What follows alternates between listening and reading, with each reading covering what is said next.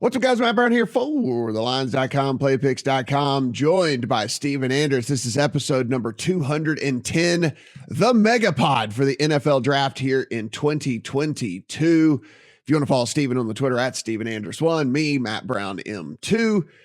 Guys, we're going to go by position. We're going to try to go through all these different markets, give at least brief thoughts, whether we have bets in the markets or not, as to what we think about different things here. Quarterbacks, running backs, wide receivers. Of course, there's all of those markets that are super hot right now, super hot on the number one overall market, which we'll kick things off with as well.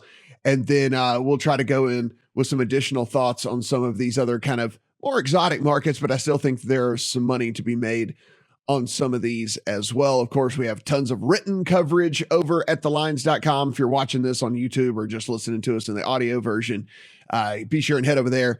Get in the Discord as well. There's a little button in the upper right-hand corner of the homepage that allows you to get into live discussion with us about all of this stuff as it is. And again, this stuff is a changing, Stephen, because as we sit here on Monday morning, you and I decided a week ago that we were going to do the Megapod on Monday morning, probably not thinking that the odds were going to absolutely flip on the number one overall pick in the draft. And that'll be where we'll start here. It is no longer Aiden Hutchinson. No, sir. And yeah, glad we had some good time and glad we didn't do this one into last week and talked about the odds then, because we've seen a complete flip here in the market. Aiden Hutchinson in earlier NFL draft markets, where obviously the limits are a little bit lower. Closer we get to the draft, limits expand a little bit.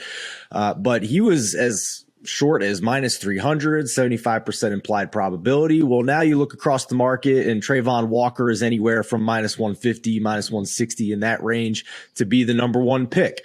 So I was curious as we get closer here, is this based on actual dollars coming in, or now that we're, days away from the draft, is this based on information that the books have with, and especially the draft being in Vegas? I'm glad you bring that up. And that is something that we should just disclaimer here at the top. Now, the lines moves in the draft don't necessarily mean as much all the time. I just want to point that out to people because, listen, if we're handicapping an NFL game and then all of a sudden the line moves 4 points, we are wondering what the hell's going on, right? I mean, this is definitely based off of something. This is definitely based off of some very tangible, usable stuff. A lot of times the odds will move in the draft just based off smoke, off stuff that gets rumored, off of a very high profile guy mock drafting a certain way, et cetera, et cetera, et cetera. I do just want to say that we want to point out the line movement here. That does not necessarily mean that Trayvon Walker is going number one overall.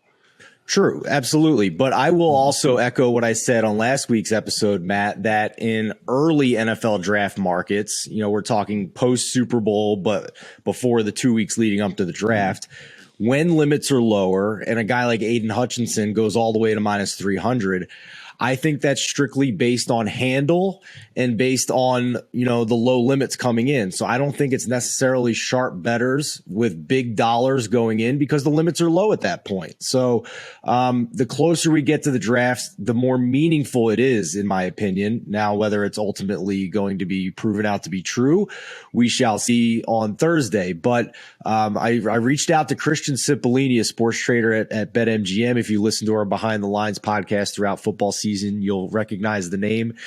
I asked him, is the Trayvon Walker move based on handle and big bets coming in, or is it based on information that they have gathered? And he said, quote, "The draft is a nightmare from a bookmaking position, especially this year with the draft in Vegas, putting all the experts and scouts in one location where any random Joe could overhear a conversation or even be tipped off by somebody. This move, Trayvon Walker, is based off of both action and perceived information that comes in from known bettors," end quote. So it's a bit of a combination of everything, but I think those last two words, known bettors, carry some weight here as well, Matt. Two different tweets coming through this morning by respected guys that again, affect this as well, and just something that we could this is just more of for informational purposes for you out there. This didn't trigger any bets for me because this was stuff that Stephen and I had just had in the account from a long time ago. But Matt Miller at NFL Draft Scout over at ESPN, a guy that I respect, a guy that seems to be pretty plugged in, says it's draft week, which also means it's lying week, which this is another thing to disclaimer here this week, guys. Some of this stuff you hear is teams trying to position for their own benefit. It is, oh, we're not interested in trading this, this pick, or we're open to trading this pick, or, oh, we're certainly interested in this guy, and et cetera, because look, it creates buzz about either that person, or it puts some shine off of the various picks and all of that. So everyone's doing everything to work in their own favor here. That being said, Matt Miller said, but there is a lot of chatter this morning. And again, this tweet was from 45 minutes ago here on a Monday morning about the Jaguars and Ike Ekwonu. Could be that they like him a lot and still might not draft him, but the buzz is definitely out there that he is in play at number 1 overall. Now, this was the very first bet I made, and I made this before free agency season even starts, which, by the way, I will never make any more draft bets before free agency. That will never happen ever again.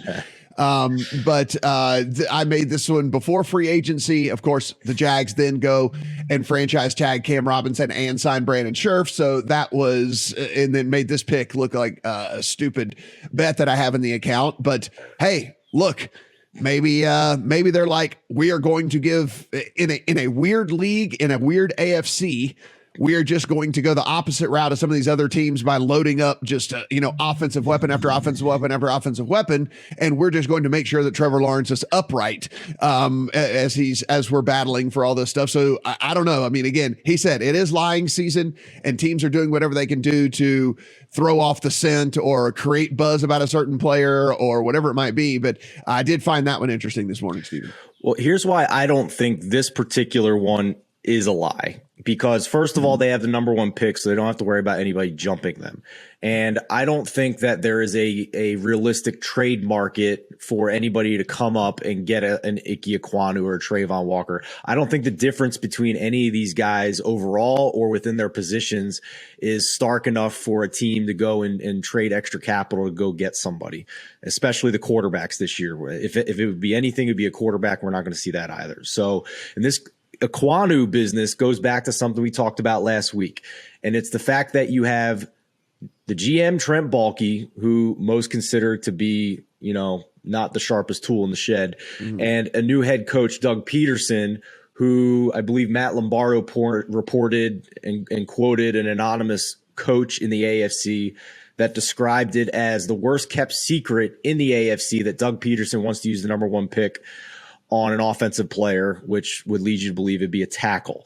And Ekwonu is the traits guy, the athletic guy that would, at least if they go that route, fit into the Trent Baalke narrative of liking athletic traits guys and more so than the polished, high floor, low ceiling Evan Neal.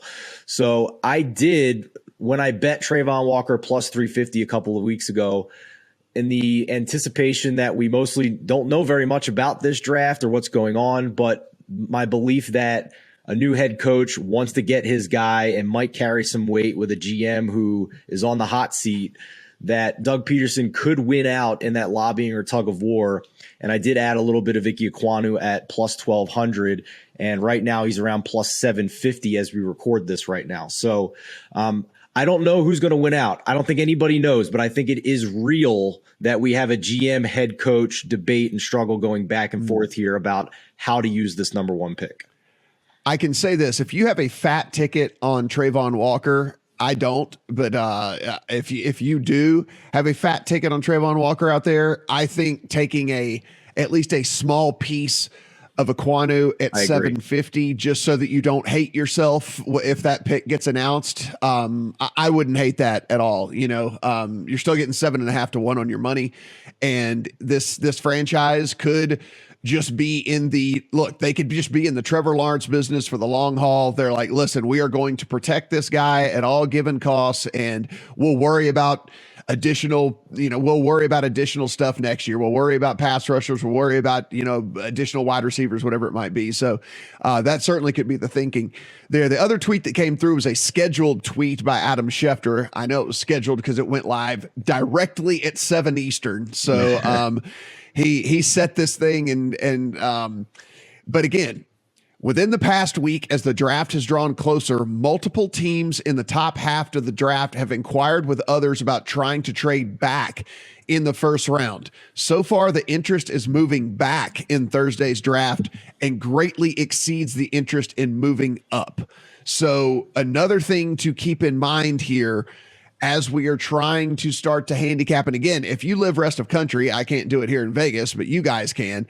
You can live trade this draft. I mean, there will be live odds getting updated throughout the course of this draft and stuff. And just keep that in mind, especially a team like the Giants who have 2 early picks. Maybe they decide they would rather have a wad of picks as opposed to 2 early picks. And maybe they decide that they want to trade out or something or whatever it might be. So again, just these are all rumors, but Schefter's putting this out because it's coming from at least some sort of place of real, right? And then the Jets also with the 2 early picks. Maybe they decide they'd rather just get a collection of picks for one of those other ones and start to get rid of them. Matt, I think they're going to have a hard time finding buyers to do it. That's my thing, because typically when this happens, like Justin Fields last year, it's for a quarterback, right? That's when a lot of teams will move up, or, every once in a while you'll see a team move up in the back half to get into the end of the first round to get a guy they like so they can have the 5th-year option on them. But I don't think we're going to see much of it. I think there's a lot of teams that want to move down and not many teams that want to move up. And I think that's why the Eagles and Howie Roseman were sharp to do it when they did, to let the Saints move up and get extra draft capital for it, including a first-round pick next year in a draft that's considered to be stronger. So I don't anticipate a ton of major moves of teams moving way up to go get somebody, because it seems like the consensus is that there isn't I think Daniel Jeremiah said there's maybe, 20 guys in this draft that have a true first round grade. So if that being said, why would you move up to the back half of the first round when the talent between number 25 and number 45 isn't all that stark? Isn't that different? Well, I mean, I actually think these teams with these multiple picks later would be the more likely suitor.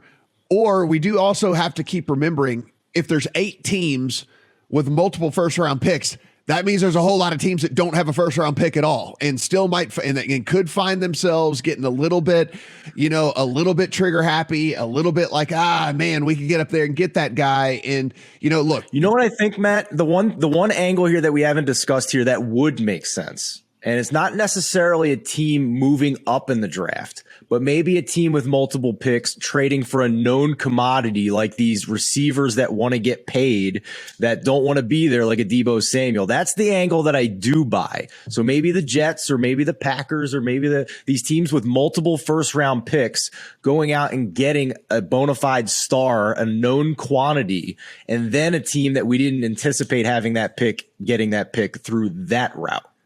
Yeah, it's interesting. I mean, listen, we don't really know what New Orleans is thinking. I mean, they've got 16 and 19. Do they have their heart set on one of these quarterbacks and have just kept it very close to the vest? Would they pair those 2 picks up to move up to 10 or to, whatever, take the Jets' second pick at 10 or go after the Giants' second pick at 7 after one of these quarterbacks or something, because we know the Saints need a quarterback. So there's just a lot of interesting ways that this could break down. Yeah. So just keep that in mind. But again, number 1 overall pick has shifted drastically in the favor of Trayvon Walker. Another thing you could do right now as a slight hedge is if you do have a Trayvon Walker ticket, you are getting plus money on Aiden Hutchinson now. We just mentioned the plus money on Ike Ekwonu. If you just want to have 3 different plus money tickets in your account for that number 1 pick, it seems very, very, very, very unlikely that it would be anybody other than those 3 guys. So, Steven, you could be sitting there and, one would win you more money than the other, but you could have 3 plus money tickets in your account, and that's always fun. Yeah, one more bet that I have made, it's kind of like a, related bets together, but with the Trayvon Walker move, this has always been my belief that I never really believed Aiden Hutchinson was the true rightful favorite to be the number 1 pick. Well, pair that now with the Trayvon Walker news with what we heard last week, that Thibodeau is in true consideration for the Lions at number 2. And that is also related to a market move with his over-under moving from a juiced under on 5.5 to a juiced under at 4.5. So it's basically a lock at this point that Thibodeau is going to be a top 5 pick, maybe even a top 3 pick. And if the Matt Miller reports on Thibodeau to Detroit are true, well, now we have Aiden Hutchinson tumbling down a little bit, unsure where his landing spot's going to be. Now, Hutchinson, again, I think this is another head coach, GM, tug of war, who's going to win out and get their guy.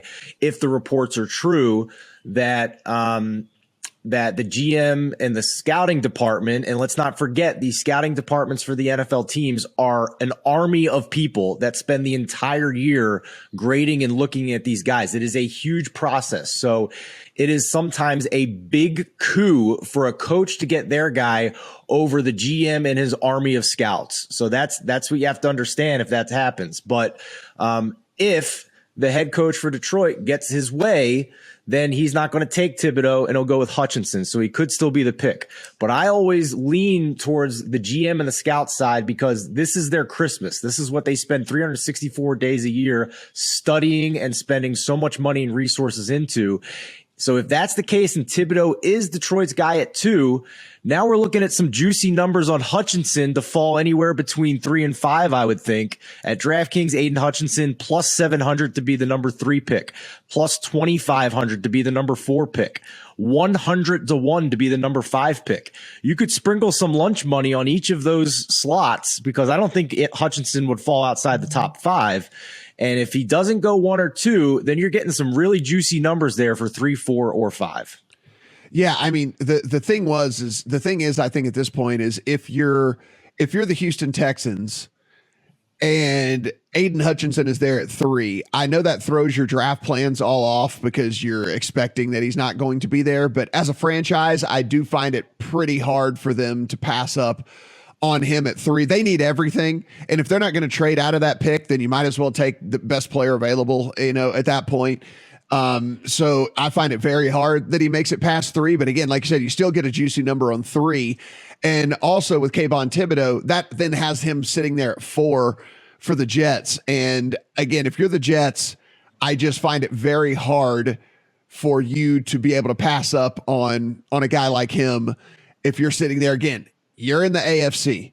What has the AFC gone out and done? They have loaded up on quarterbacks, pass catchers, and all of these high-level teams. So if you can't get to the passer, then Burrow and Chase and Herbert and all of his weapons. He's got multiple weapons there for the Chargers. By the way, you're still in a division with Patrick Mahomes. You still have what's going on in Denver. You still have what's going on in Vegas with the Raiders. I mean, like the AFC is insanity. So if you don't have someone that can get after the pass rusher, then I mean get after the quarterback with the pass rusher. Then I don't know what you're doing. So I agree with you. I played the under.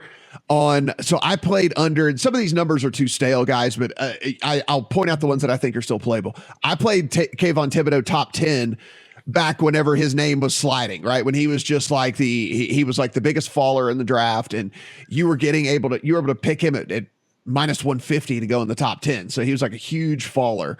Well, yeah, he's minus 2,500 to be top 10 now. So you can see that the buzz is real. And I think that this buzz is actually real because, again, the reason he was falling was because of his interviews. And Steven, we know how this goes, man. It's like one team says, oh, we didn't like the way he interviewed and like his personality and this, that, and the other. I mean, look, talent wins out at the end of the day when it comes to all this stuff. He's not a quarterback. He's a pass rusher. Exactly. Like talent wins out at the end of the day with all this stuff. And so I didn't buy it from the get-go. And so what I can say is under 4.5 for Thibodeau. I almost feel like, and I'm not going to say this, I will say this about a couple of other guys here, but I feel like that his hard floor is pick 4 at the Jets. Like I can't see him getting past the Jets at 4. If he is still there. So the under 4.5 on the draft position for him is something that I think is pretty interesting. I agree with you. It's around minus 165 now, juice to the under for under 4.5 for Thibodeau. I agree with you. I think my hard floor for him is 5 of the Giants, but I don't think the Jets probably anticipated at this point. I think they would be surprised if Thibodeau was there at 4. And I think at that point, I think they're using one of their picks, 4 or 10, on a wide receiver. And I'm not so sure there's a big enough gap between Garrett Wilson, Jameson Williams, Drake London, to pass on Thibodeau and take their number one wide receiver instead of just waiting for whoever's still there at wide receiver at pick 10. Now, I could be wrong about that because there have been multiple reports about how highly teams think of Jameson Williams before the ACL tear, that he was the true bona fide wide receiver star of this class, and people are forgiving the ACL at this point. So I have bets on Jameson Williams to be the number one wide receiver at plus 300, to be a top 10 pick. Even sprinkled a little on him to be a top 5 pick in case the Jets just wait on a D lineman at pick 10. But I mostly agree with you that Thibodeau at 4 would be a great pick for them. So we'll continue with these kind of positions and then top 5, top 10 type stuff before we get into it. We'll go position by position here. So we've talked about number 1 overall pick. Listen, that's going to set the chain reaction into, 2, 3, 4, 5. If you are a super strong believer that Trayvon Walker is going 1, then I think there's some value to be made betting these 2, 3, 4 picks out there. I think that there is some real value in betting those. I think there's some real value in betting the 5th overall pick, in which it is widely considered that the Giants are going to take an offensive lineman. Like, it seems to be that is going to be the case with the Giants. They apparently don't have any interest in trading out of that slot either. Right now, Stephen, Icky is plus 300, as is Evan Neal, to go number 5 overall. You could put in a bet on both and you make money no matter what, whichever one decides to be the apple of the Giants' eye. If they're both available there at 5, you still are holding plus 300 tickets for both of those guys to go. Again, it's a grind to figure out how to make money in the draft. It's a grind to have all these tickets and to have things go a certain way in order for you to be able to make some cash. But again, it's 3-1 on both. Easy, put whatever your betting strategy is for the draft or something, but you can bet equal amount on both. And no matter whose name is called at 5, you're making money. True. I would be careful to not forget about Charles Cross as well, though. Who's 450. So, I mean, you could have a ticket on all 3. Correct. You absolutely could. Yeah. I think if I was convinced that the Giants are going O-line at 5, Matt, I think the only other devil's advocate rebuttal I would make is that if Thibodeau's going top 5, if Trayvon Walker is skyrocketed up to be the number 1 pick, then the Giants could potentially have the option of waiting until pick 7 to go O-lineman, and going with a guy that they don't think will be there at 7 potentially. Maybe it's a corner. It could be anything really. But the point is that I think there's a chance that if those 3 O linemen start to drift a little bit, that they could wait. But if they don't, then I think Charles Cross potentially could go ahead of Evan Neal.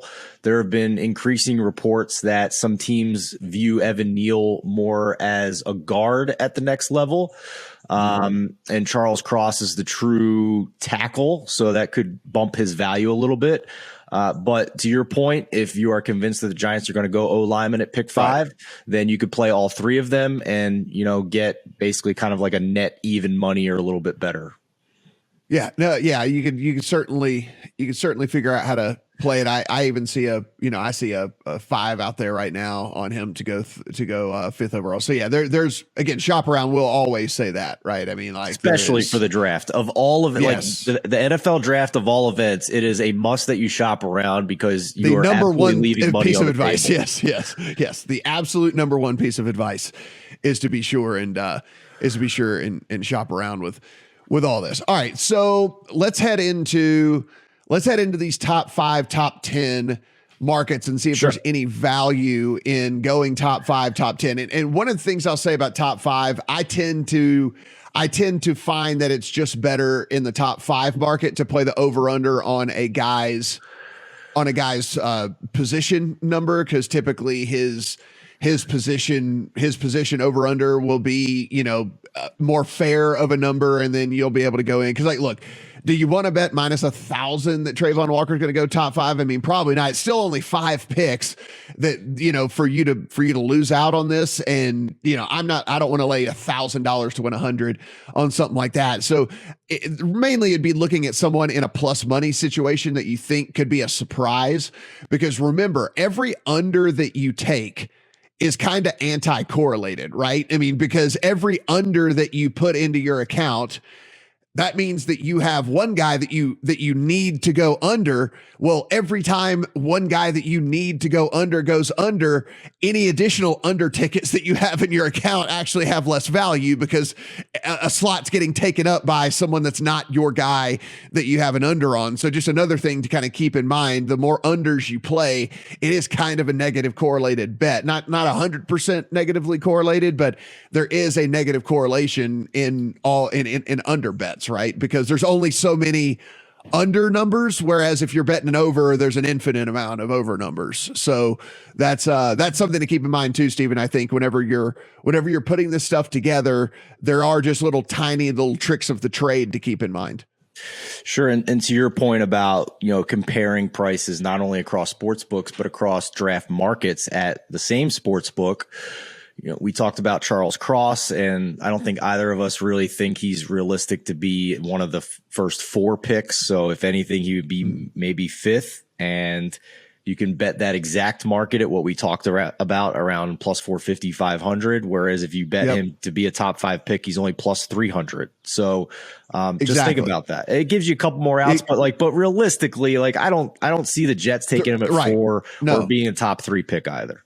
There's been no tie whatsoever to him in any team outside of the Giants. So you're right. It's you would just pick him you would slot him to go directly at 5th as opposed to taking him as a top 5 pick. So yes, there are ways that once you decide you want to make a bet, then go into all these various other markets and make sure that the way that you want to bet it, that you're getting the best bang for your buck, because there are 4 or 5 different ways right now that you can make this essentially the same bet. So you just got to figure out which way you're getting paid the most.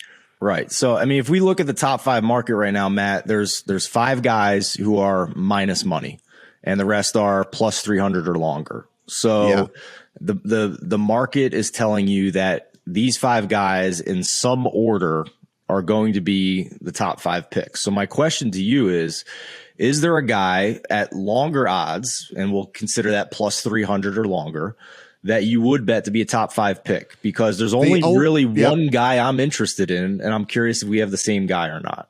Yeah, the only one to me is Derek Stingley, and it's because there is, as we mentioned, so Houston is in a very unique position that we have not really seen in a long time, because normally when a team is absolutely terrible, they're in the market for a quarterback, because you have to have a quarterback for one of these franchises. Well, look, they're playing it smart. They don't covet any of these quarterbacks. They're going to play with Davis Mills and lose a whole bunch of games again this year so that they can go after Bryce Young next year. So they're playing it that route. So you have a team holding the 3rd overall pick that is in a weird way a luxury pick, because they can do damn near anything that they want to with it, because they need everything. They legitimately need everything. And so it would not surprise me if they shocked everybody and took Stingley at 3rd. If they feel like that he has the highest upside at what is quickly becoming one of the most important positions in all of football, because of the talent of these friggin' quarterbacks and wide receivers that are in this league, it wouldn't surprise me at all. I think that's the only one that I might take. Which one was catching your eye? Well, to finish your point, that is the better price as opposed to just betting Stingley to be the number 1 corner, where it's only plus 250. And if I think we both agree that we think a corner is going in the top 5, we're just, we most think it's Sauce Gardner, but to your point, Stingley obviously has had some upside as well. And a lot of scouts have, said obviously anonymously, but they have forgiven his bad season because LSU was a dumpster fire. And they said, I would check out too on that season. So that's part of the narrative here as well, with Stingley maybe being higher on teams boards than mock drafters around the country. The only one that I have dabbled on is Jamison Williams at wide receiver. And it is under the belief, I bet it at 25 to 1. I think most books it's come down a little bit. And it is my belief that before he tore his ACL, he was clearing away the number one wide receiver in this class. And I'm not talking about by mock drafters. I'm talking about the reporting we have heard over the past month from scouts and team sources that they had him as anywhere between a Pro Bowler and an All-Pro talent among this wide receiver class. And the ACL injury bumped him down a little bit temporarily. Well, now the ACL is not the injury concern it was 10 years ago. And you have a team like the New York Jets who are sitting there with picks 4 and 10 who have been pegged as somebody still in the market to get another receiver. They tried to package a bunch of picks to get Tyreek Hill. They were in on a bunch of other receivers on the free agent market as well, and they struck out on all of those guys. So if the Jets are looking long-term and they have Jamison Williams with a significant gap between him and the next best receiver in this class, and they have smaller gaps between the defensive linemen or the cornerbacks, etc., then I could see them using the 4th pick on Jamison Williams and waiting on those other positions for pick 10. And this also goes back to a great point that we heard Daniel Jeremiah and Bucky Brooks make with the way contracts are now with wide receivers and the fact that some of these guys in their second contracts are getting paid anywhere between $20 and $25 million per year. Well, like the quarterback position, that makes it worth taking a shot, even as high as a top 5 pick, on a wide receiver you think could be a star. Because the most recent example is Jamar Chase, who is an absolute steal from salary situation for the rest of his rookie contract after he just put up 1,400 yards his rookie season. So I could see the Jets rolling the dice on Jamison Williams in the top 5 as well. Well, and the other thing is, again, like we keep talking about, like the Jets aren't in it to win it this year as it is anyway. So it doesn't matter if you don't get Jamison Williams until late October or November if you're the Jets, because you're not going anywhere this year anyway. You are picking for 3 years from now if you're the Jets, where you can just stockpile some players and hopefully actually make a run at all of this. And so, you got to I don't find that it's outlandish a sprinkle, at all, right? man. It's a long shot and it's a sprinkle. We're not putting like 2 or 3 units on this, putting a little lunch money and seeing if we can make a few $100 off of it. So as we've been on air, Pro Football Network reports that Trent Baalke wants Trayvon Walker, but Shad Khan wants Aiden Hutchinson. So get your popcorn ready. Oh God. Let's see. Let's see who wins. Is it going to be the well? I can is tell it going you, to be the GM or the owner? Again, we'll see. That sounds interesting, but if that is true, in my experience, the owners don't lose many of these battles, sir. They sign the check. I mean, they're like, hey, that's cool and all, and I respect your opinion. It's my money. Right. Like, just. Well, so now, again, are you telling me that the Jacksonville Jaguars, a year after Urban Meyer, now have an infight between the owner, the GM, and the head coach, who each want a different player with the number 1 pick? Like, we're doing. This is what we're doing. Yeah, fun stuff. Fun stuff here. Okay, let's go to this top 10 market here. Very top heavy, of course, Thibodeau, Sauce Gardner, Charles Cross, Stingley, Garrett Wilson, Jermaine Johnson, Malik Willis. I don't know if Malik Willis is interesting there at all at minus money. Then everybody else outside of that starts to get into plus money for a top 10.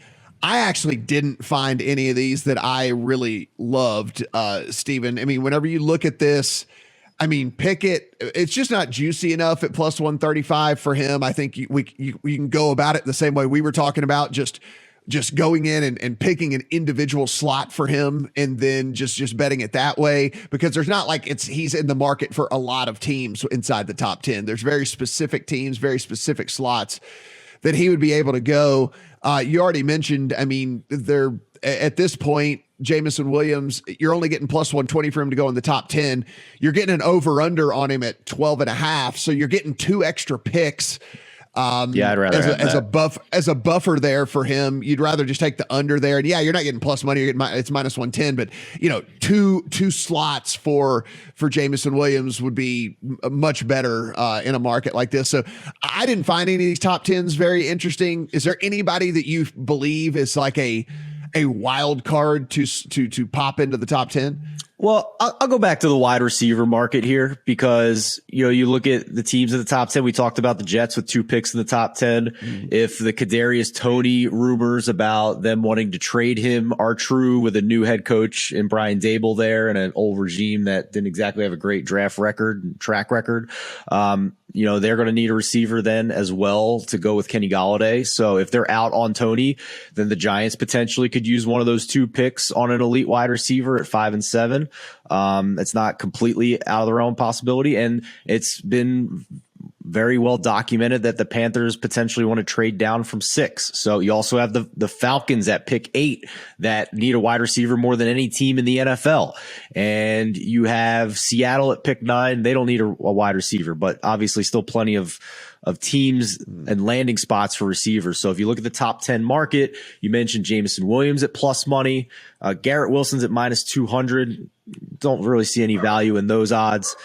Drake London as a really big receiver that also separated well in college at USC and also earned playing time on a team that had Michael Pittman and Amon-Ra St. Brown, who both emerged and did very well in the NFL immediately. So I think all 3 of those guys could potentially be top 10 picks among the wide receivers.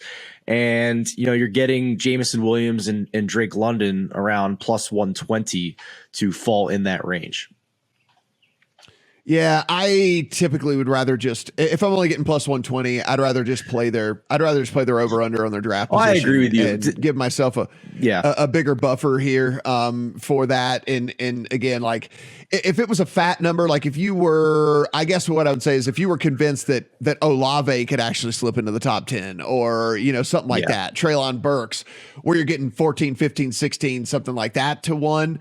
That would interest me a lot more than some of the guys that are super short that you're going to get so many more draft positions if you just play their over under on their the other thing I'll mention on their total. The last thing I'll mention here is there's been some steam on Desmond Ridder and his odds to be the first quarterback taken shortening. I saw it as short as like 8-1 at this point, where it was like 30-1. He had a visit with the Seattle Seahawks, who obviously only have Drew Lock at this point. But in the top 10 market, he is still 16-1. So at least that's double the odds now of what he's plummeted to in the first quarterback market. And if you think he's going to be a top 10 pick and the first quarterback taken, there are a couple of quarterback needy teams in the top 10. If you want to throw a dart, like I said, some lunch money, you're getting double the odds for Ridder in the top 10 market than you are in the first quarterback market. Yeah. Okay. So let's move on here. Let's talk some of these, position over and unders real quick before we move into the position. I'll just let you know the stuff that I do have in the account. Sure. I took the as far as these positions over under. I don't have a ton of them. I have Stingley, but it was way back when it was at 12.5 on the under. It has gone to under 9.5 now. The market has really spoken as to the floor for Stingley. You read a lot of these mock drafts. Basically, everybody has said that if he is there at 9, if he is still around at 9 for Seattle, that he's not getting past Seattle at 9. Look, I took the under 12.5 because I still thought that Minnesota was certainly in play. I think Washington is probably still in play as well. Now that it's moved to 9.5, I don't find it quite as interesting. That being said, if you believe all these guys who do this for a living and are certainly more plugged in than everybody says if he's there for Seattle at 9, that he is that he's going to be off the board. So, if you wanted to play the under 9.5, even though the number is not as good as it was a week ago, I wouldn't necessarily talk you out of it. I like that. I don't disagree with it. I think, we just talked about Seattle and maybe Desmond Ridder, but I don't it's lunch money, right? We're throwing a couple bucks at it. I think this is the more likely situation for the Seattle Seahawks. I agree with you there. The only other position market I bet was over 1.5 safeties. I bet it a couple of weeks ago at -200. I think it's like -300 now, but I'm pretty damn confident that it's going to hit. You have Kyle Hamilton and you have Dax Hill, who's gone from like -120 to be a first round pick to like -175 to be a first round pick. The only question in this market was whether or not Dax Hill would be classified as a safety or a cornerback. And the books have come out and clarified that whatever they're listed on at NFL.com is what they're going to go with. And Dax Hill is listed as a safety on NFL.com. So you don't have to worry about losing that bet because all of a sudden they're going to classify him as a cornerback. You mentioned Kyle Hamilton. I also have an over in my account on Kyle Hamilton, over 9.5. It's at 10.5 right now. I still think that is certainly bettable. Nobody has free fallen more than Kyle Hamilton. A guy who was rumored to go as high as 3 in this draft is now looking like he might be more of a mid-teens pick. After you run a 4.7 as a safety, Stephen, it doesn't really matter what you can show people on tape because every one of these wide receivers runs 4.3 or 4.4. Yeah. We have tight ends running 4.5s now, and if you're a safety running 4.7, they are just not really. They're not super high on that, and they are. So he's kind of been in a free fall here. Most mocks out there at this point have him going in the teens, as opposed to inside the top 10. So it's still, you can still get a piece of him over 10.5 if you want to go that route. You do got a little bit of juice, but again, pretty much everybody out there, the latest round of mocks from the guys that I respect, 15th, 13th, 13th, 12th, 11th, 11th, 11th, 18th, 20th, 13th, 11th, 15th, 13th. So like not a single one has him going inside the top 10. So, again, I think that pick is still bettable. And, listen, I am willing to make big juiced bets in the draft because we're doing this off of information. It's not like they still have to go out there and perform on the field, right? Like we can be so confident in a bet and whatever, but if the game plan goes wrong or anything like that, that's not this situation. Like we're going off a real hard, like information here that you can't change that the guy ran a 4.7. It is what it is, and teams hate that and whatever. So anyhow, that's where I have that in there for him. And again, that's still bettable if you wanted to do that. Any others here that you wanted to hit on, Matt? I have some team-specific bets that I've made, what position they will draft, and also some just exact landing spot type stuff. So any others here you want to mention? The only thing I did is top 32, which basically means you're just betting on the guy to be a first rounder. I did, in fact, go in and I took a piece of Desmond Ridder. It was, when this opened, it was plus 105. It's only minus 125 right now for him to go in the first round. I actually like this market for someone like him as opposed to some of this other stuff because he is so incredibly polarizing in this draft right now. Some things you hear, right? Some things you hear that he's the number one quarterback on people's boards. Some you hear, oh no, they've got this a mid-second ground rate on this guy, et cetera, et cetera. So I don't think there's a more polarizing guy in this draft outside of maybe what's going to happen at the very top with everything. And so I just took him overall as a first rounder to where if the Saints get froggy and take him, in the middle of the first, I won't feel like a moron. Or if the Lions just sneak in with that 32nd overall pick and say, okay, we want the 5th-year option. We know Jared Goff isn't our long-term future here.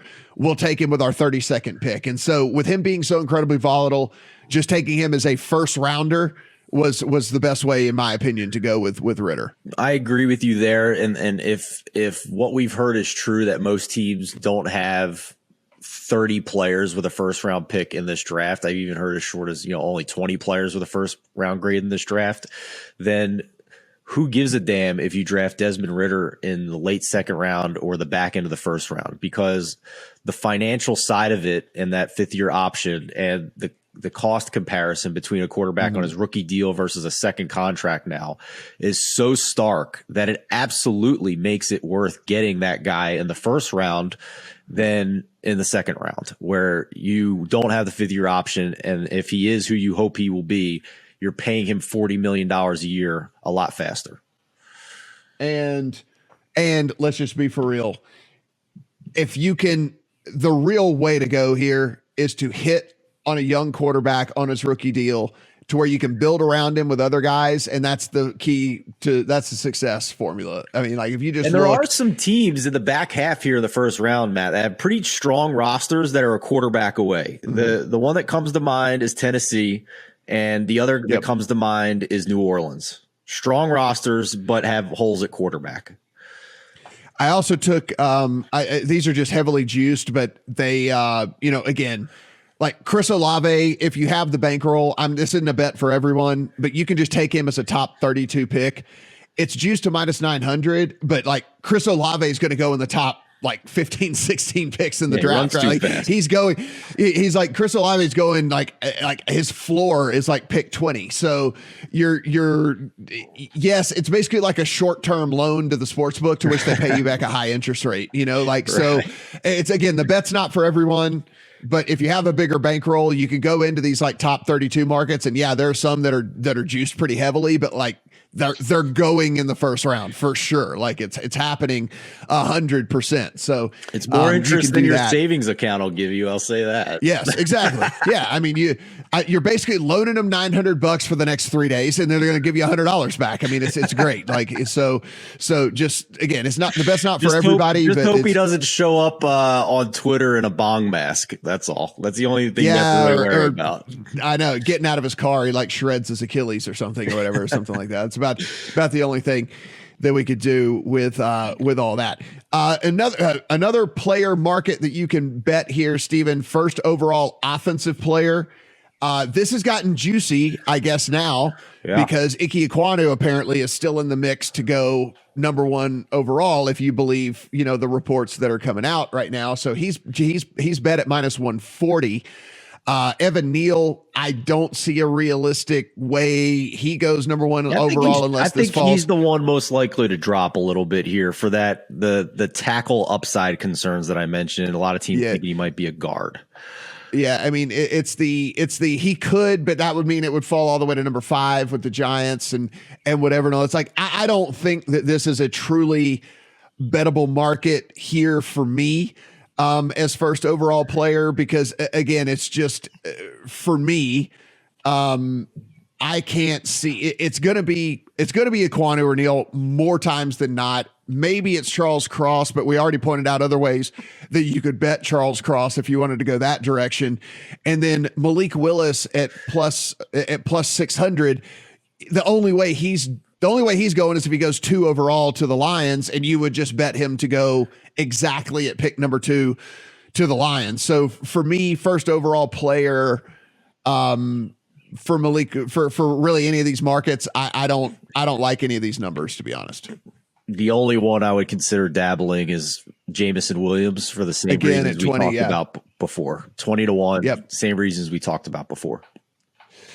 Let's quickly hit the positions real quick, and then we'll get to your team specific stuff, and I'll run through my full betting card, and we'll get out of here. Quarterback props. I do have over 2.5 quarterbacks. You can still bet that. It is juiced a lot now.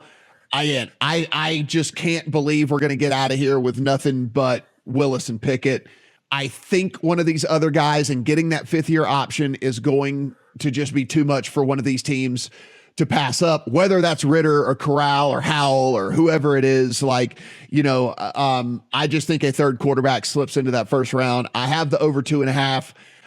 I actually still really like that bet. I know you got to lay 225 or 230 or something like that right now, but we know how this is. You just mentioned it. There are so many quarterback hungry teams out there. You can take a swing this year, especially teams with multiple picks. You can take a swing this year, and if you miss, you can try again next year. I mean, we saw the Cardinals do that when they got Kyler Murray, right? I mean, like, you just have to keep taking swings at quarterbacks, and when you get lucky and finally get a good one, then you can actually build around him. So I think 3 go. I don't know what you think. I think that there's a chance Kenny Pickett could be the third quarterback selected in this draft. And I think it's because there isn't huge hype or good elite grades on any one of these guys. So if that's the case, then wouldn't you want the more mobile, the more raw, athletic Ritter or Malik Willis, just in the event that there's some untapped upside there, as opposed to Kenny Pickett, who I think, one scout described as just, boring and, he's fine, but he's just, he is what he is at this point. So plus 350 on Kenny Pickett to be the third quarterback selected is interesting to me. Wide receiver props. We'll do running backs real quick. I have the over on half a running back to go in the first round. Listen, typically every single year, Stephen, we hear at least, there's no way you can take a running back in the first round. No way you can take a running back in the first round, unless like last year where the Steelers all but told us that they were taking a running back. This year, there has been absolutely no smoke whatsoever about a running back going in the first round. There has been no running back tied to any team at all. Listen, that's not to say it won't happen. It could certainly surprise me and happen. I took the under on a half a running back going in the first round. Some team would really, really have to be stretching, I think, this year for that. The one narrative that's been out there is the Buffalo Bills, and I consider Brandon Beane, their general manager, to be one of the sharper GMs in the NFL, and it would absolutely shock me if he uses a first-round pick on a running back, even if Breece Hall is the only true three-down back in this draft. They have bigger needs than running back, and I just trust Brandon Beane to not make that mistake. Right. And we're seeing too, like having a rookie running back, is on a contract isn't, because no one wants to pay a second contract to a running back anyway. So like it's far less valuable to have a rookie running back on a contract, but you can just take a guy in the second or third round, and we've seen a lot of those guys succeed as well. So nothing for me outside of that. Wide receiver, I do have the over 5.5 wide receivers in the first round. I think 6 go. I think we could see as high as 7. Listen, we know 5 are going for sure. Wilson, Williams, London, Olave, and Burks are all going in the first round. Those 5 are locks to go in the first round. I just need one more guy to slip in to the first round. Is it Christian Watson? Is it Jahan Dotson? Is it Sky Moore? Is it any of these other guys? Like, I just need one of those guys to slip into the first round. So I do have the over on 5.5 wide receivers. They absolutely will. In fact, you got a great number on that, because the number now at some books has moved to 6.5, where over 6.5 is -105 and under 6.5 is -125. And, not really interested at that point, but it wouldn't shock me the least if 7 wide receivers go in the first round of this draft for the financial reasons we discussed on this podcast. And also because of all of the wide receiver needy teams in the back half. Now, I'm not interested in betting it at this point, because I do think in the range of outcomes, there is still the possibility that one of these wide receiver needy teams, instead of using one of these first round picks on a receiver, goes and gets one of these guys that are rumored to be on the trade market, a Deebo Samuel, etc. I don't think A.J. Brown or Terry McLaurin are going to get traded, but obviously Deebo Samuel has made it abundantly clear that he doesn't want to spend another day playing for the San Francisco 49ers. We'll get to safeties rapidly, because I don't have anything for tight ends, offensive linemen, linebackers, or corners, because one, tight end's a luxury market at this point, because there's no first round tight end grade on any guy. There's nobody who's a surefire anything. And so it's whatever a team is in the market for. So I don't like that at all. Do they want a guy who's a pure pass catcher? Do they want a guy who's a do-it-all tight end? All the things like that. So I have nothing in the tight end market. Anything for you in tight end market? No, nothing for me on tight ends. The last point I'll make about the over 1.5 safeties is don't bet it now at -285. Instead, just go to the top 32 market and bet on Dax Hill -190 to be a first round pick. Done and done. There you go. Offensive lineman, I didn't bet this one because, listen, offensive line is going to get wacky in this draft, because we know Icky, Neal, and Charles Cross are all highly coveted.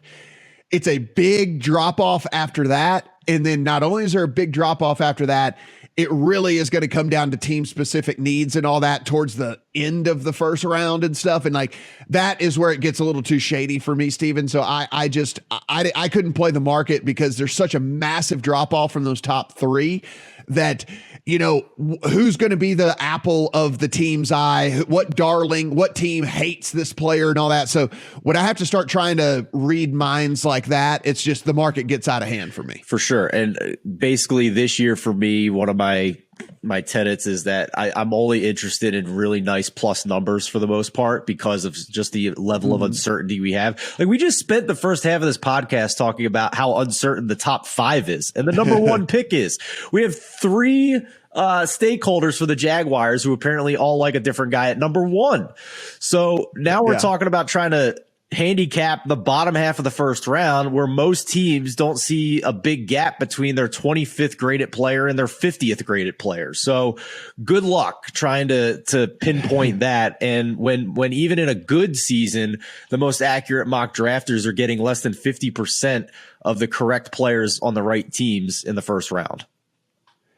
Let's run through our full draft cards here and let everybody kind of get an idea of where we're at. And if there's anything that you hadn't explained along the way, be sure and give a little bit of context for it. All right. So a couple of teams I just want to hit on briefly here. The Green Bay Packers and what position they will take with their first pick. Obviously, wide receiver is what everybody has talked about now that they got rid of Devontae Adams. But it's at minus 150, which is implying a greater than 50% chance, around 60% chance that they're going to use that first pick on a wide receiver. I've seen enough drafts with this general manager to know that he doesn't really use wide receiver in the first round, and they have other needs as well. And I think at that point in the draft, there isn't a big difference between who they take at wide receiver there compared to who they would get in the second round, or even with their second first round pick. So I took a little sprinkle based on just how juiced the wide receiver odds are, and I got the Packers to use their first pick on either an offensive lineman or defensive line / edge. And that's the same bet. I got defensive line / edge as the same bet. Plus 400 on the one, plus 900 on the other, split a unit between the two. And I'm getting some nice numbers there. So I just, and this is an interesting change because where price changes everything. So I hit this market the second that it went live, and I took wide receiver, but wide receiver was plus 125. Oh yeah, big difference, right? So I was getting plus money for them to take a wide receiver with their first pick, but now at 165, I wouldn't do that. So yes, everything is all price sensitive here for sure. For sure, and I compared those prices to you've heard me say Daniel Jeremiah a lot. I respect him a lot based on his ability to grade players and the enormous number of team sources he has around the NFL. And if you look at his board between, I think, 18 and 48, half of those players are either offensive linemen or edge / D line. So it's a nice juicy part of the draft and two positions that the Packers need, in particular offensive linemen. Their O-line's getting old. They have Jenkins coming back from an ACL. Bakhtiari only played one game last year. They need offensive line, and they have a 38-year-old quarterback. And there's enough wide receivers in this class where I could see them waiting until their second first-round pick or even later in the draft to go get it. And I would love to see all the Packers fans' heads explode if they wait outside the first round to take over receiver after they traded Devontae Adams. So I'll run through my card real quick, and then you can hit up on yours, and then we'll let people go. Over 2.5 quarterbacks, already talked about that. I have Hutchinson first overall, but I did back that up with Trayvon Walker overall number 1, and then the first ticket that I ever put in was Ike Ekwonu as number 1 overall pick. So I tend to have that position pretty much covered here. I have Stingley as the first corner taken. Again, it was one of those deals where the price was just too much for me. And I do think that there's a chance that Houston could get kind of wacky with that third overall pick there.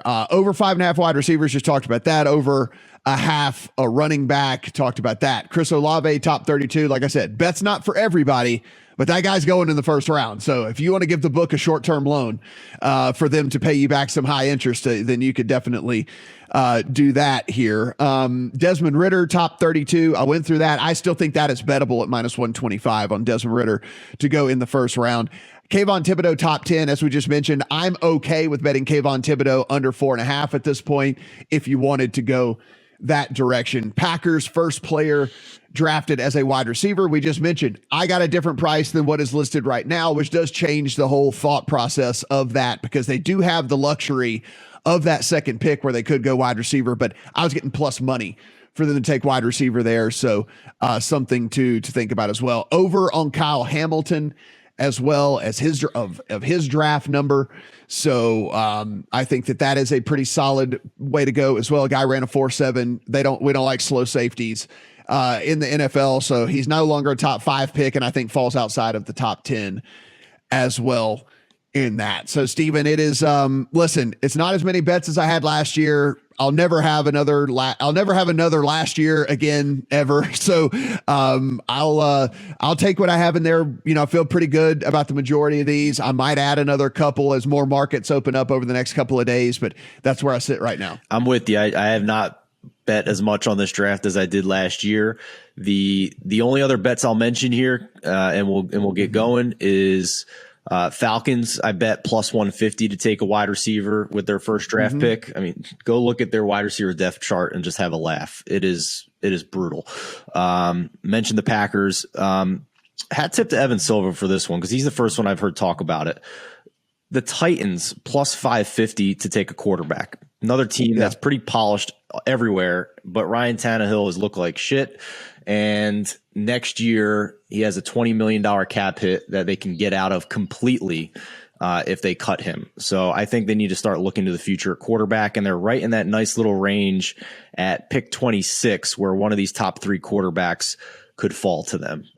That's the only other juicy number I have here. The last one I didn't mention is Sauce Gardner, who I think is still the top corner in this draft. We'll see. You got some good numbers on Derek Stingley, and I can't argue with the good numbers, but I bet him under 7.5 at minus 135. It's at 5.5 now.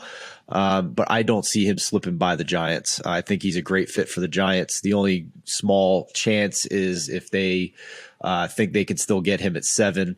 But I think there's a chance he could go number 3. I think he could go that high. So that's my card. He certainly could. It is going to be super, super fun, guys. This draft is unlike a lot because again, I don't want you to think that we're holding anything back here. It's just look with 8 teams with multiple picks, this thing could get wacky quick. Like this thing could go off the rails quickly, and so I don't want to get stuck in the wackiness if at all possible. So we'll do the best we can.